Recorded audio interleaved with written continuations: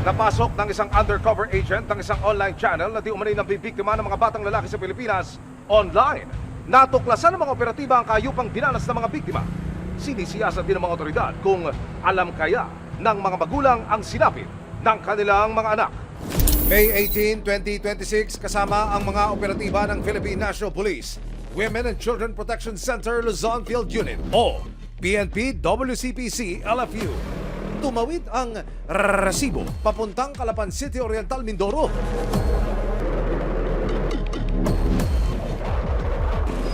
Ang misyon, matunto ng lalaking nasa likod di umano ng isang malawak, sistematiko at nakarindimarim na kalakaran online.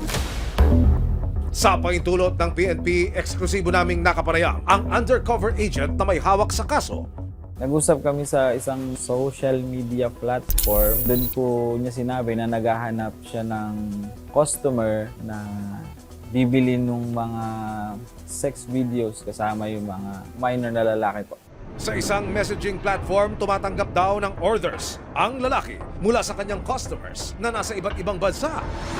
Ang order, pasadyang sex videos at pictures ng mga menor de edad na lalaki. Nag-send din po siya ng proof na talagang ginagawa nila yung act. Ang gusto niya mangyari, magbibigay po ako ng list na gagawin dun sa mga videos. Binibidyohan niya based po dun sa script or list na gusto ng customer, oral sex, sexual intercourse. Matapos ang mahabang panahon ng cyber patrolling, natukoy ng mga otoridad ang lokasyon ng suspect sa Calapan City. Sa bisa ng search warrant na ibinaba ng lokal na korte ng Oriental Mindoro, ikinasana ng mga operatiba ng PNP WCPC, Calapan Anti-Cybercrime Group at ng resibo ang paghahain ng warrant sa suspect. Maraming salamat sa panonood, mga kapuso.